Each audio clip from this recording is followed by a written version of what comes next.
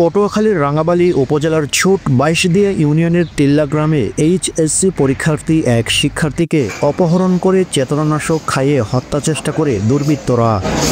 বর্তমানে ওই শিক্ষার্থী পটুয়াখালী মেডিকেল কলেজ হাসপাতালে চিকিৎসাধীন রয়েছেন। কালকে 8:50 দিকে বাইরের পার্টি অফিসের সামনে যাওয়া ধরছি।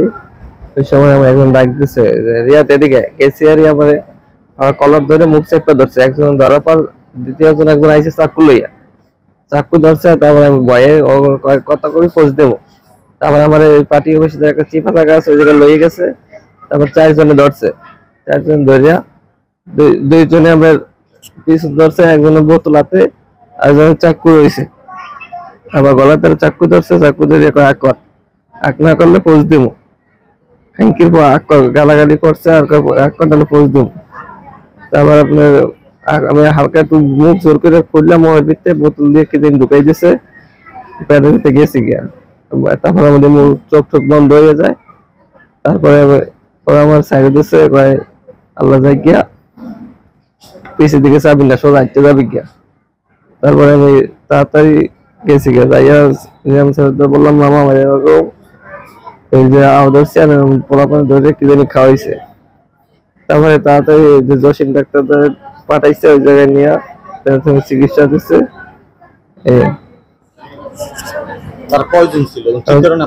চারজন ছিল, ওরা আমার 4 জন ছিল। কিন্তু বাইরে স্যার আমি বিগত 18 মাস ছিলাম সজল মামার দোকানে, ওনার দোকানে চাকরি ছাইড়া দিছি। মানে এটা মানে না যে তুই সেজন্য চাকরি ছেড়ে যাইতে পারবি না, আমার দোকানে 3 মাস থাকা লাগবে। আমি বলছি আমার সামনে এসএসসি পরীক্ষা, আমি থাকতে পারবো না, ও পড়াশোনা করতে হইবে। তুই করলি হইবে, তোর মায় কইয়া তুই গেছে না তোর দোকানে, তুই থাকতে হইবে। তারপরে গেছে 26 তারিখ দোকান থেকে আগে পড়ছি, বাড়ি ছিলাম 1 সপ্তাহ। তারপরে নিজাম স্যারের ফোন দিয়েছে রিয়াদ একটু দোকানে আসতে পারো। তারপরে আমি গেছি ওই দোকানে, 2 দিন ছিলাম। 2 দিন পর আমার লাগে দেওয়া হয়েছে প্রায় কি তুই বলে 22 চাকরি করবি না, তার নিজাম স্যারের দোকানে আমি কি করস তোর আমি দেখাই তুমি 22 চাকরি করস কেমনে, তুমি ফোন করবো আমি, তুই দেখিস। আমার এসে ফোনকি মুমকি দিয়েছে। তারপরে আমি এগুলো বললাম নিজাম স্যার দ্বারে, ও কি করবে দেখ, তুই টেনশন নিয়েন না। তারপর আমার আম্মুর কাছে ফোন দিয়ে গালাগালি করছে, আপনার পোলা বাইরে তুলবেন না, আপনার পোলা পড়ালেখা করে রাখবেন, তাহলে তুলেন কেমনে, এসব অনেক খারাপ ভাষায় গালাগালি করছে। এখন আপনার দাবিটা শুনে কি? আমার দাবি হয়েছে যে আমার কোনো সত্য নাই, বাইরে একমাত্র সত্যি সজল মেয়ে, এই আমার এই কাজ করাইছে, এছাড়া আমার কোনো সত্য নাই। ছেলে কিনা বলতে পারবো না, কিন্তু একদম মোটা কথা ছিল। আমার লাস্টে যাওয়ার সময় বলছে যে তুই বলে 22 চাকরি করবি না, তাহলে তুই 22 কি করছ, কিন্তু বয়সটা হেয়ার করার নাই বোঝা গেছে। তাই তো মাস্ক পরা আসলে আমি কেউ ফেস দেখতে পাইনি। শহীদটা আতঙ্ক হয়ে গেছে, ভয়ে মানে কিছু করতে পারিনি। ভুক্তভোগীর নাম মোহাম্মদ রিয়াদ মিয়া। তিনি তিল্লা গ্রামের হোসেন খলিফার ছেলে এবং ছোট বাইশদিয়া বিজনেস ম্যানেজমেন্ট কলেজের এইচএসসি পরীক্ষার্থী। ও উঠে আইছে 3-4 দিন আগেই এই শুরু করছে যে আপনার ছেলে থাকবে না আমার বাইরের স্যার আমার দোকানে, কি লেগে থাকবে না, আমি তো লেখাপড়া করবে, ওর পরীক্ষা আছে সামনে, লেগে আমি ওরে লই আইছি। ওর পরীক্ষা দিয়ে পরে চাকরি করুক, কি আমি দোকানে যাইতে পারবে, যে কালি যাক, পায় না আপনি থুইয়ে গেছেন না ওরে, আমি কি থুইয়ে আইছি দেখে কি হয়েছে, তো আমার কাছে আমি ওরে বিক্রি করে আইনি। খাটবে বেতন আনবে, খাটবে না বেতন আনবে না। আমার দোকানের তো নরে নিতে হইলে আপনার লেখিত দিয়ে নেওয়া লাগবে। আমি কেন লেখিত দিয়ে আনবো, বাইরের স্যার কেউ ওর দোকানে থাকতে পারবে না। আমি কি বাইরের স্যার কেউ ওর দোকানে থাকতে পারবে না, এটা হয়েছে পরের কথা, আগে তো পরীক্ষা দেখ।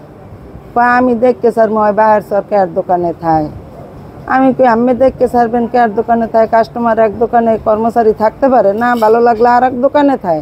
হ্যাঁ, তা আপনি হুমকি দেন না কি এই বাইরের স্যার কোনো দিন হয় চাকরি করতে পারবে না, ওই যদি বাইরের স্যার চাকরি করতে হয় তাহলে ওর খবর আছে, আমি জানিয়ে রাখেন।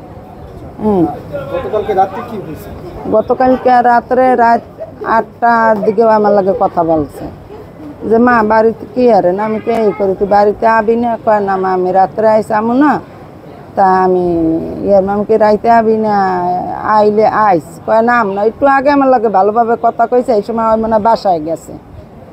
পরে 9টার দিক দিয়ে আমি ভাত খাইতে বসি, ভাত 2-3 নেলা খাইছে, এর মধ্যে ফোন দিয়েছে, কয় মা আমার নেওয়াই আমি অসুস্থ। কই তোর কী হয়েছে? কয় নাই। এরপর এর মধ্যে আর মালিকের বউ আবার স্যারের বউ ফোন দিয়েছে, আপা রিয়াদ জানি কেমন করে, খালি বমি করে, পোলারে কেডা কি খাওয়াইছে ম্যান।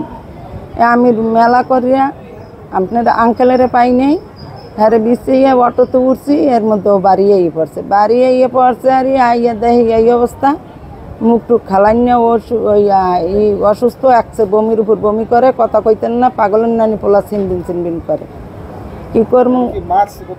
হ্যাঁ না মারেনি, না মারেনি, আরে মারে নাই।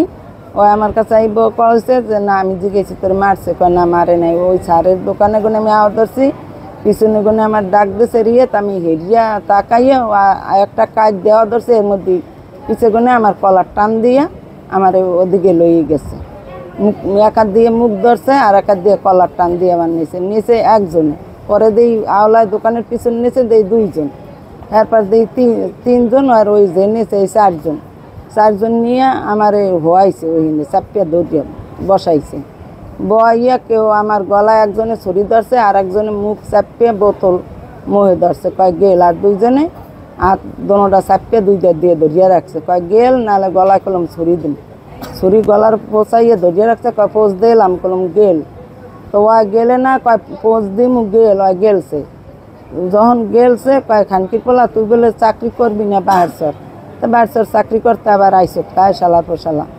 বাহারসর আইসত এই কইয়া আর ওই ওষুধ খাওয়াই আর একজনে একদিকে ছুটিয়া গেছি গিয়া আশাআশি করিয়া।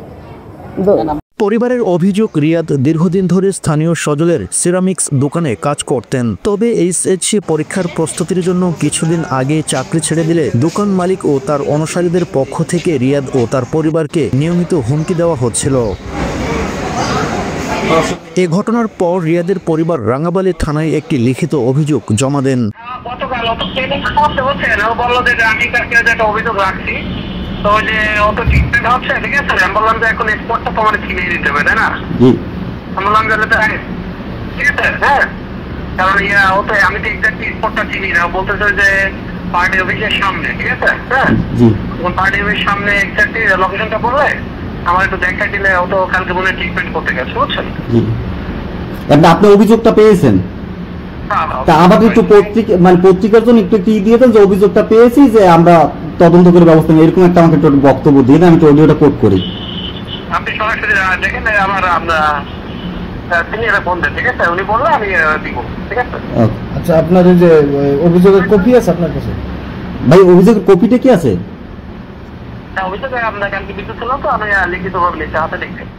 পরিবারের সদস্যরা এ ঘটনার সুষ্ঠু বিচার দাবি করেন এবং দোষীদের দ্রুত আইনের আওতায় আনার আহ্বান জানান। কি করতে আপনার দাবি?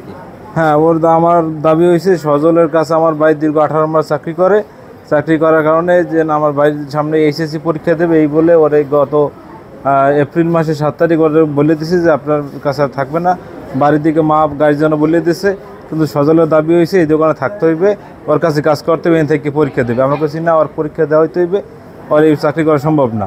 তো কইছে না, চাকরি করাইতে হবে আর বাইরে ছাড়া উঠতে পারবে না, আমার দোকানে চাকরি না করলে বাইরে ছাড়া উঠতে পারবে না।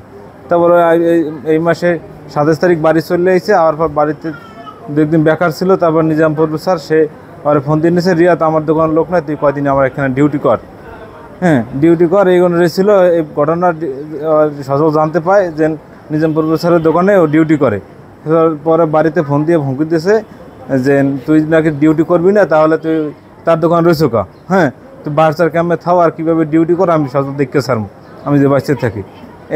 আমার এই ঘটনায় গতকালকে যে ঘটনা করছে, ওর উপর আক্রমণ করছে, হ্যাঁ আমি চাই সুষ্ঠু বিচার, সঠিক তদন্তের মাধ্যমে যে সত্যটা যাচাই হোক, কিন্তু আমাদের সন্দেহ এই যে ও এই কাম করতে পারে।